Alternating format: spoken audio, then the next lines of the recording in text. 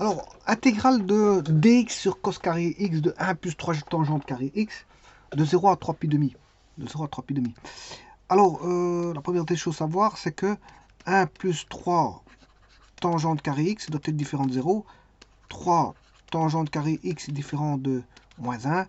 Donc, vous avez bien remarqué qu'on a tangente carré est toujours différent d'un nombre négatif. Hein. C'est toujours vrai. Donc, de ce côté-là, on n'aura jamais 0. Alors, d'un autre côté, ce qui peut donner 0, c'est 1 sur cosinus x, qui est le même domaine que 1 sur cos carré x. Donc, cos carré x, 1 sur cos carré x a le même domaine que 1 sur cosinus x. Et qui, lui, a le même domaine que la tangente. Puisque, dans la tangente, c'est voilà, sinus sur cosinus. Donc, il faut évaluer le domaine du cosinus ici, qui est le même que celui de la tangente, qui est le même que celui de 1 sur cos carré. Alors, je rappelle que ici, le cosinus, si vous dessinez ce cercle trigonométrique,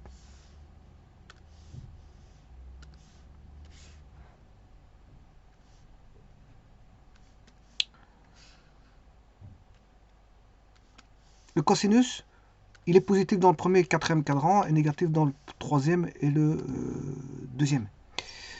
Le cosinus s'évalue sur l'axe des x, on a plus 1, 0 et moins 1. Quand est-ce que le cosinus s'annule? Mais il s'annule en pi demi plus k pi demi plus k Donc, et il ne peut pas s'annuler justement ici parce qu'il est au dénominateur, le cosinus. Donc le domaine, c'est x appartenant à R, sauf pi demi plus k avec k appartenant à z.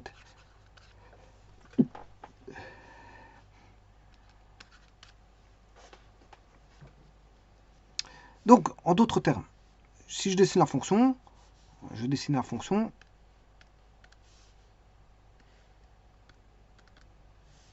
Donc, avant toute chose, je dessine 1 plus 3 tangente carré.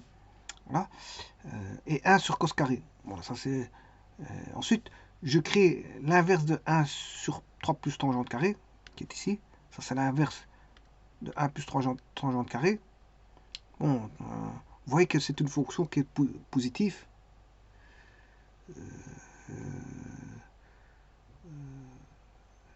Qui est strictement positif. Elle est strictement positif.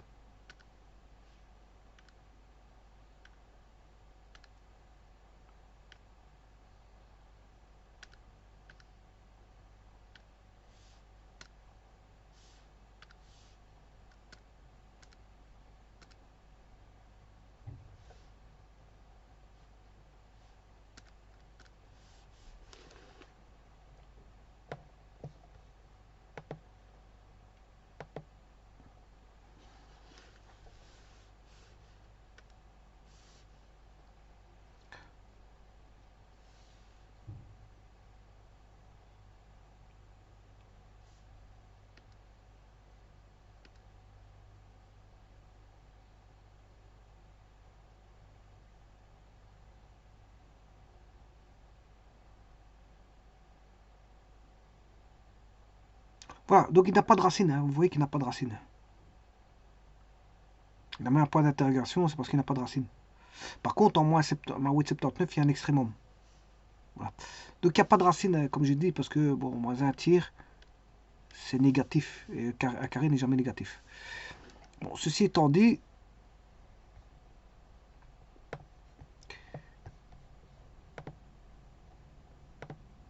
je vais créer donc la fonction P.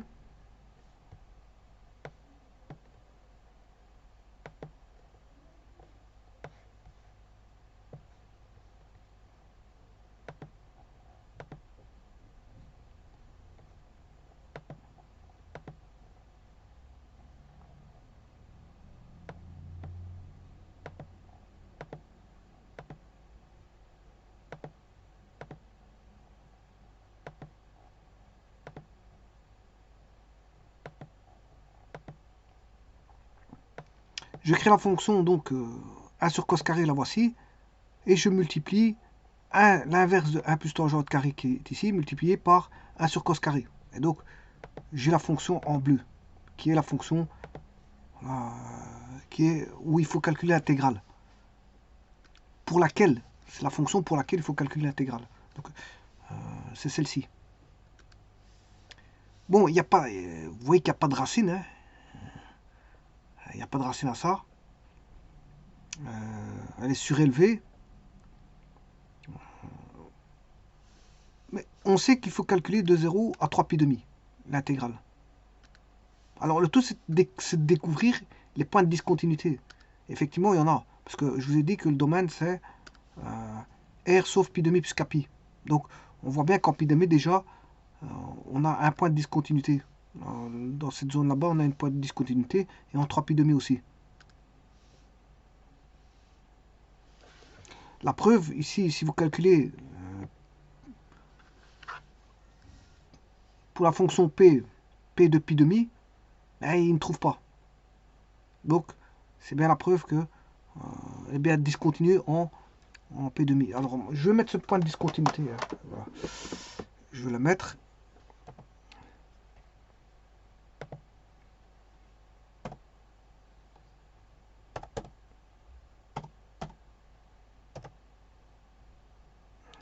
Ouais, c'est vrai que je ne connais pas P de pi demi.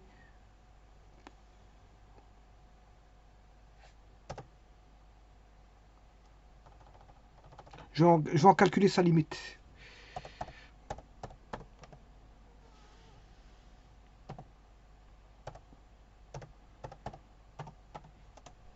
Elle tend vers 0,33. Donc je vais mettre pi demi.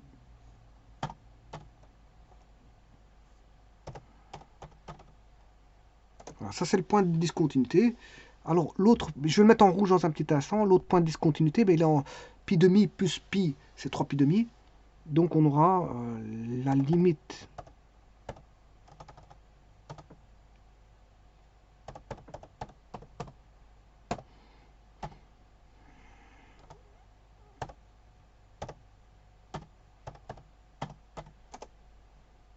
« 0,33 aussi, donc en 3 pi demi.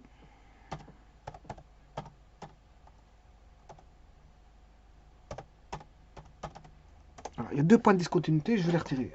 Et il faut calculer l'intégrale de 0 à 3 pi demi. Hein. Donc il y a que deux points de discontinuité dans cette zone. Donc je vais faire un zoom. Voilà, et m'intéresser qu'à cette zone-là, parce qu'il faut calculer de 0 à 3 pi demi l'intégrale. Voilà. Donc je vais mettre caractéristique du point rouge, F, rouge.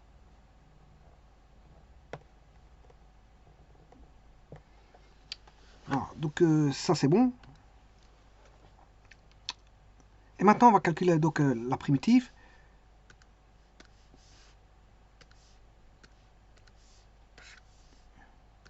C'est quoi la fonction?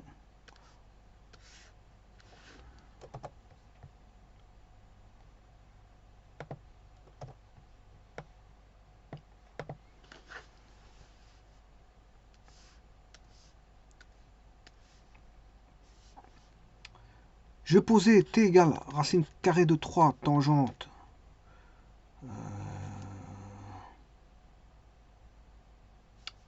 tangente x. Donc différentiel de dt est égal à racine 3 sécante carré x dx. Donc la sécante carré, je l'ai, hein, parce que c'est 1 sur cos carré.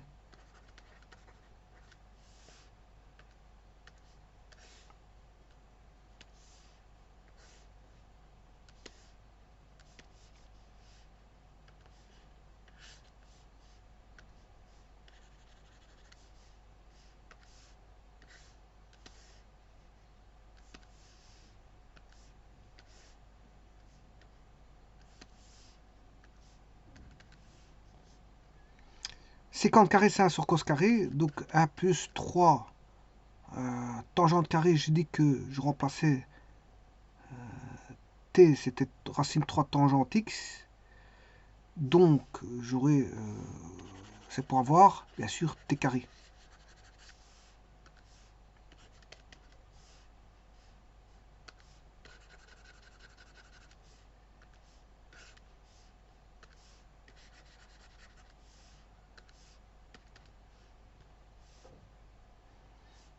bien sûr, ici je dois prendre dt sur racine 3 qui est égal à sécante carré x différentiel de x. Donc 1 sur racine 3 différentiel de t sur 1 plus t carré, ben vous reconnaissez l'arctangente. Donc on a 1 racine de 3 arctangente de t.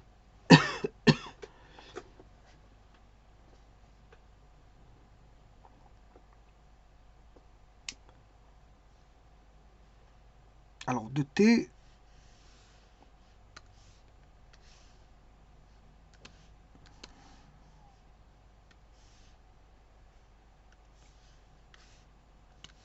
le t vaut racine 3 tangente x.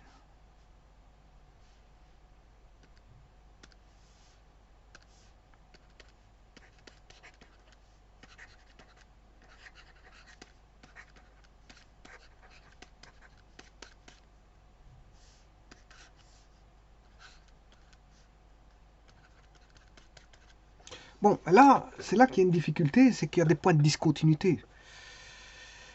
Il y a des points de discontinuité. Et les points de discontinuité sont, bon, 1 sur cosinus x, sont ceux de la tangente. Alors si je dessine la tangente, vous aurez compris que c'était le problème de 1 sur cos ou 1 sur cos carré ou la tangente, c'est la même chose au niveau des points de discontinuité. Donc la tangente, la voici.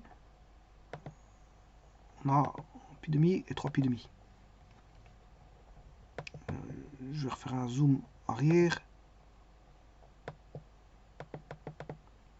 Voilà, vous voyez que voilà, c'est les points de discontinuité, c'est ceux justement où il y a la tangente. Alors, regardez bien maintenant, je vais mettre que la tangente. Je vais retirer l'autre fonction. Voilà. Alors, à gauche, en pi demi à gauche, ça tend vers plus l'infini.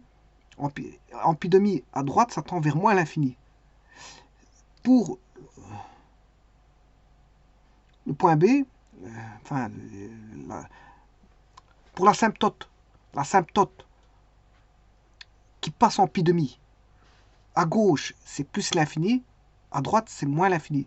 L'asymptote qui passe en 3 pi demi, à gauche, c'est plus l'infini, à droite, c'est moins l'infini. Bon, ça a son pesant d'or pour l'exercice.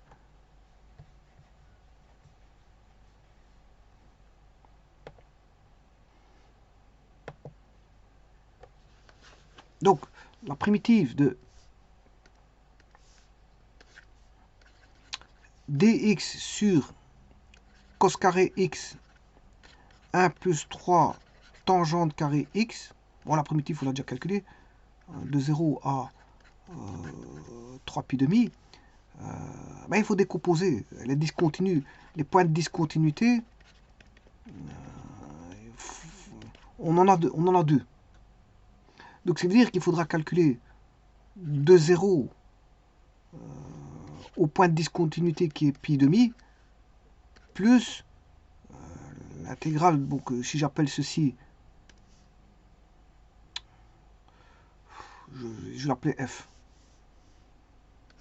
Ceci, je l'appelais f. Pour éviter de trimballer pour les écritures, f de x dx. Il y a un point de discontinuité en pi demi. D'ailleurs, je vais le mettre même en rouge.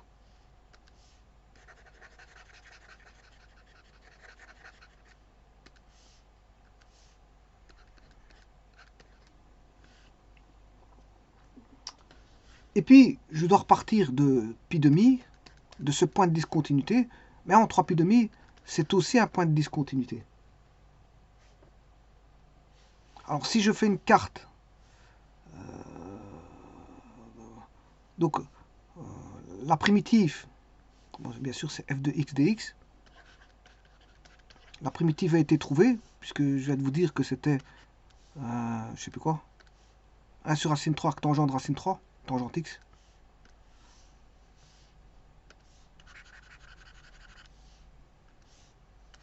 « 1 sur racine 3 arctangente racine 3 tangente x. Voilà, entre 0 et 3 pi demi, Mais il faut splitter par rapport au point de discontinuité.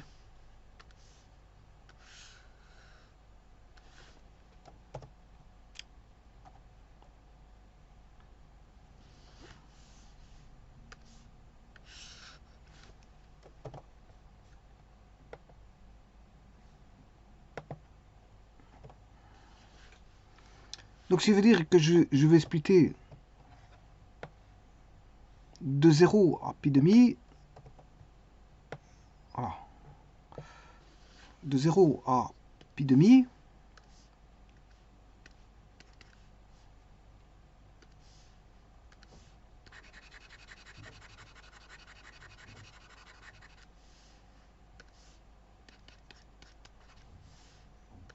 Et de pi demi à 3 pi demi. Ils sont tous les deux discontinus.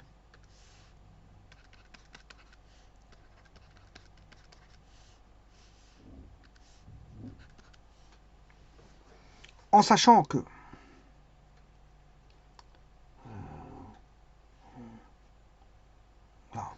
voilà, x pour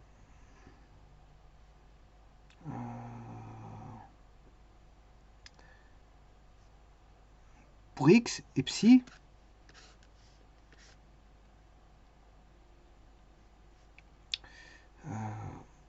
on a 0 pi demi à gauche, pi demi à droite,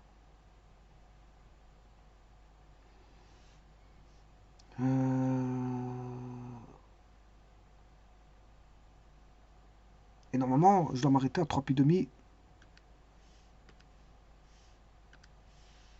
3 pi demi, donc c'est à gauche. Je vais regarder uniquement à gauche.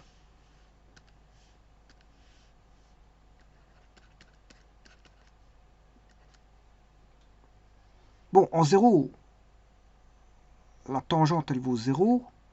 En pi demi à gauche, on a dit que c'était plus l'infini. À droite, ben, ça va être moins l'infini. Et l'autre, ça va être plus l'infini. Et en 3 pi demi à droite, ça ne m'intéresse pas.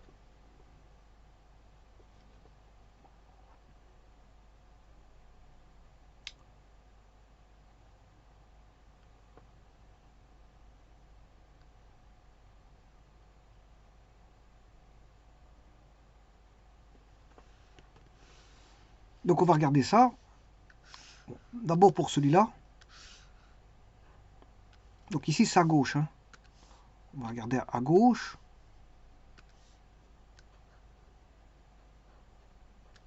Celui-ci on va regarder à droite. Et celui-ci on va regarder à gauche.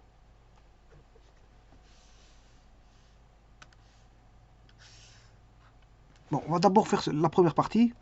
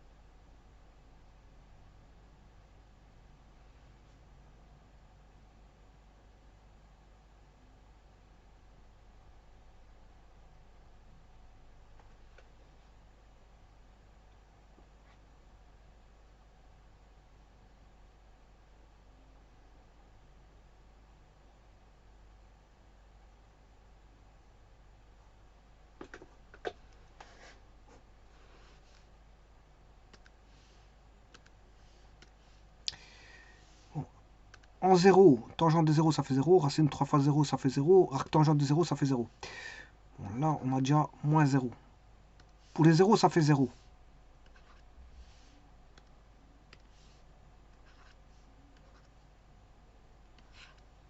Bon, en pi demi à gauche, c'est plus l'infini. Fois 3 c'est plus l'infini. Arctangente de plus l'infini, c'est pi demi. Et il va rester pi demi fois 1 sur racine 3. Donc le 0, bon, c'est 0.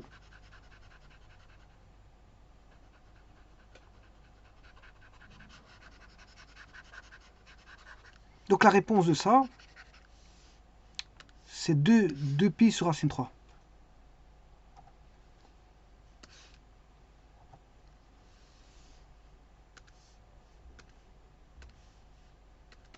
Bon, l'écriture, je devrais marquer, limite, quand voilà, psi tend vers pi demi à gauche, et là, je devrais mettre tangente de psi. Voilà, ben, je ne le fais pas. Bon, c'est pour...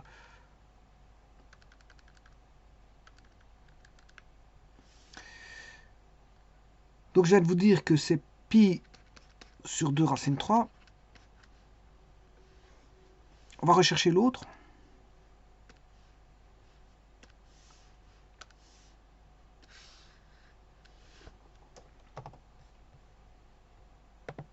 Deuxième terme.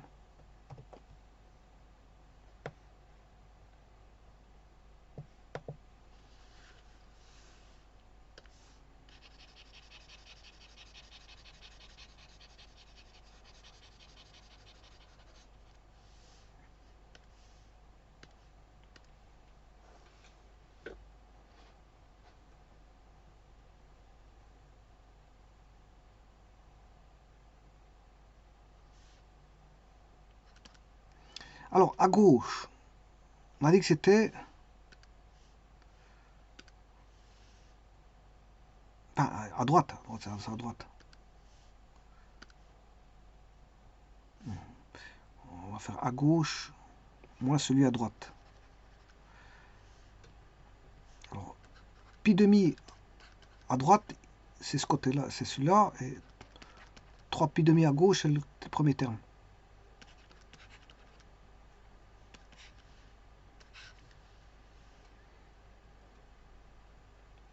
Alors, à gauche de 3 pi demi, c'est plus l'infini.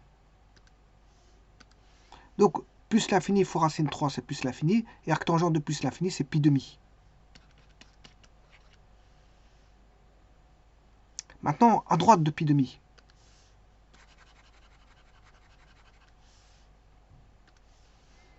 À droite de pi demi, c'est moins l'infini.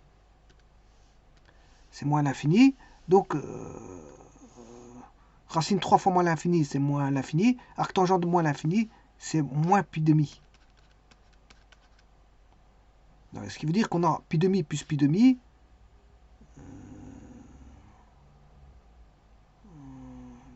C'est pi. Donc on a pi sur racine 3. Et je dois additionner les deux.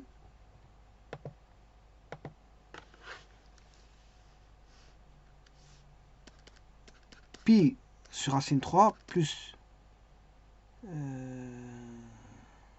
pi sur 2 racine 3.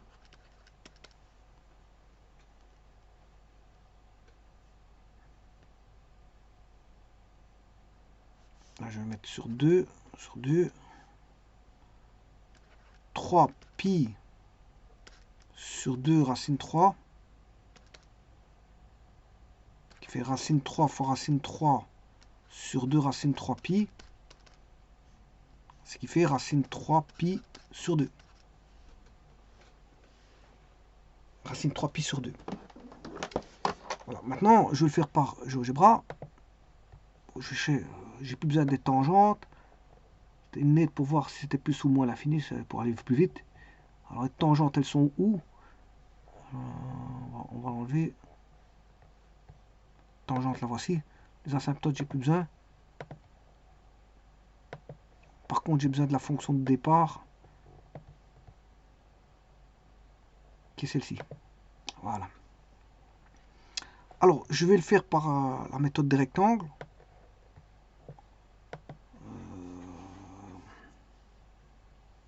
Somme inférieure.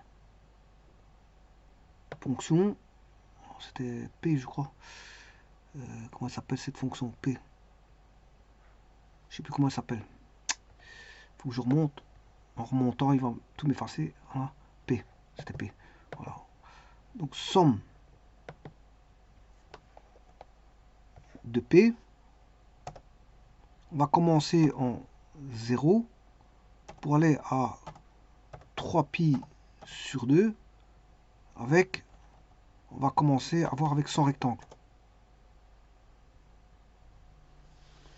Ah, c'est un petit problème ça.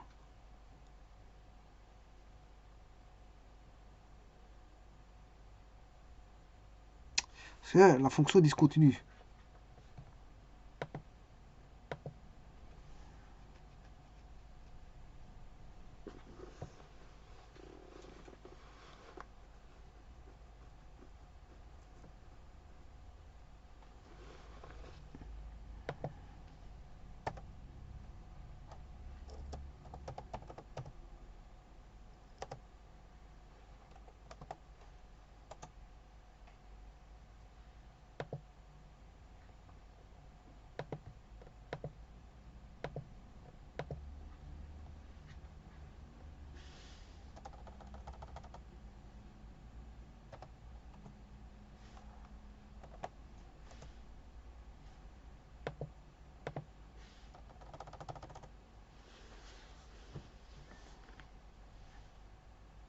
Bon, alors je vais faire en deux parties. Hein. Somme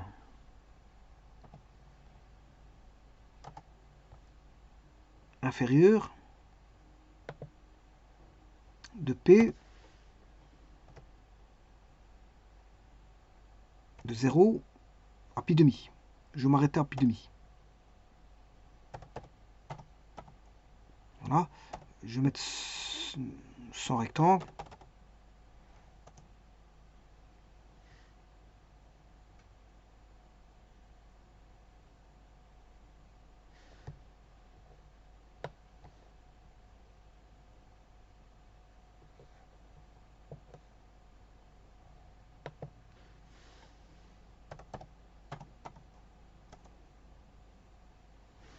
Bon, on va aller jusqu'à 1,56 alors.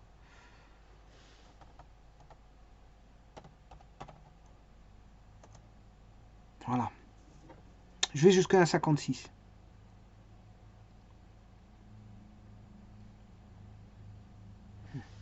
Bon, maintenant, je vais repartir de 1,58.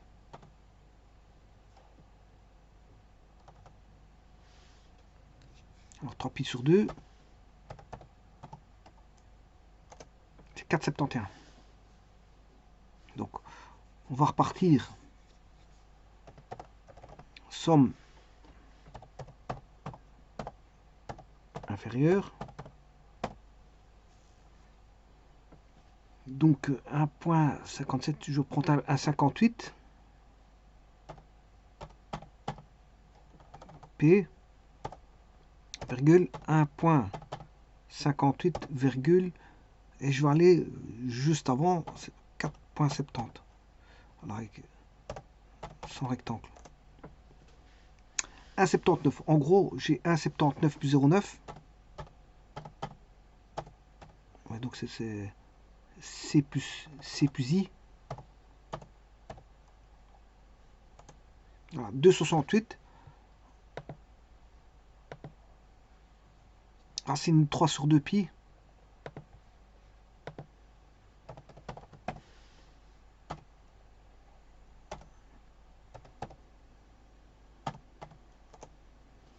« 2,72. Bon, je vais augmenter le nombre de... Je mets 10 000.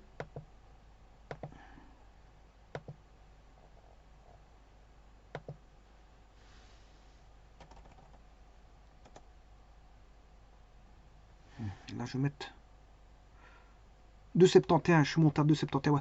C'est à peu près ça. Bon, ici, je peux monter à 1, j'ai un petit peu exagéré. 56.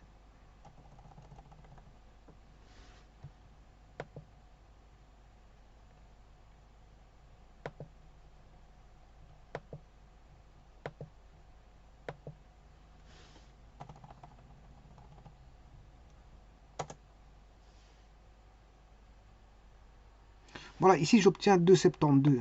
Voilà. J'atteins une limite qui est bonne.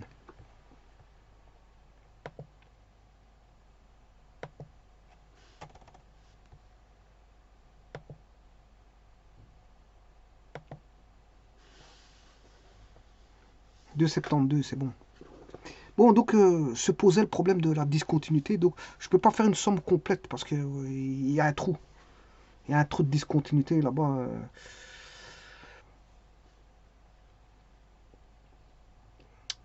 Alors, pourquoi? Parce que l'intégrale est basée sur des... Voilà, des intervalles de R. Et un trou n'est pas un intervalle de R. Un trou n'est pas un intervalle de R. Donc quand on doit calculer comme ça, il trouve un trou, ben, il ne sait pas le faire. Donc lui, il doit créer. Il doit créer, je veux dire, c'est comment on appelle ça? C'est... Je sais pas comment on appelle ça. Ces intervalles.